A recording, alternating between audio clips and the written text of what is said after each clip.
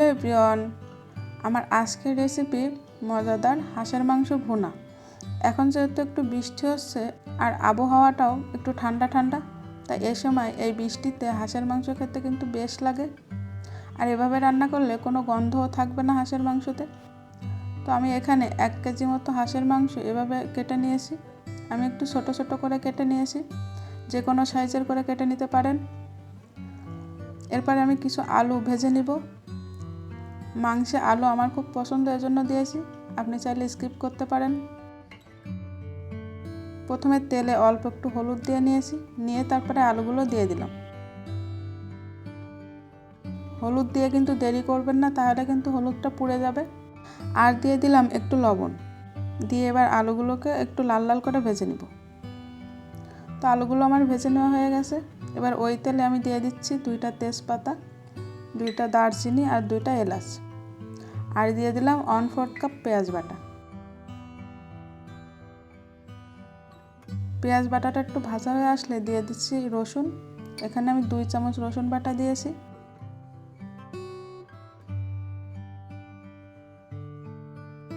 এবারে দিয়ে দেব শুকনো মরিচ বাটা। এখানে আমি 3.5 চামচের মতো শুকনো মরিচ বাটা দিচ্ছি। যে যতটুকু ঝাল পছন্দ করেন ততটুকু দিতে পারেন।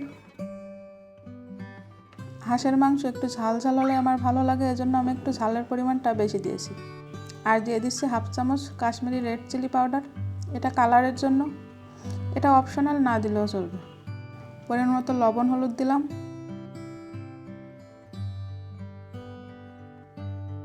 মশলাটা ভালো করে কষিয়ে নিয়েছি, এবার মাংসটা দিয়ে দিব। খেয়াল করেছেন আমি জিরা আর আদা বাটা দেইনি, আমি মাংস দেওয়ার পরে তারপরে জিরা আর আদা বাটা দিব।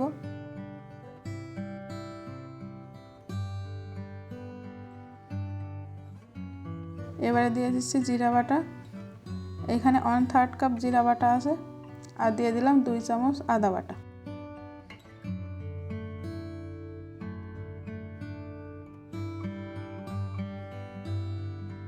যেহেতু হাঁসের মাংসটা ভুনা করব, তাই মশলার পরিমাণটা একটু বেশিই লাগবে।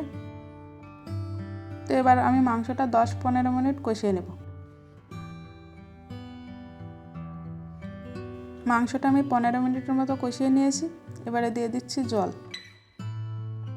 এখানে গরম জলটা ব্যবহার করবেন। চাইলে এখানে কিন্তু নারকেল দুধ দেওয়া যেতে পারে, সেক্ষেত্রে আরও টেস্টটা বেশি ভালো হয়। আমি আরেকটু লবণ দিয়ে দিলাম। কিছুক্ষণ ফুটিয়ে নেওয়ার পরে আমি দিয়ে দিচ্ছি সেই ভেজে রাখা আলু।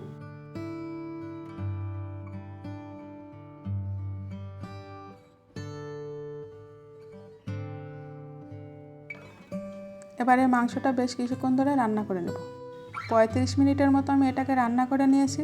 এবারে দিয়ে দিলাম গরম মশলার গুঁড়ো।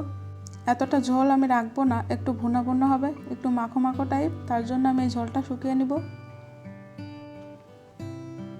তো এখানে হাঁসের মাংসটা আমার রেডি। ঝোলটা অনেকটাই শুকিয়ে এসেছে।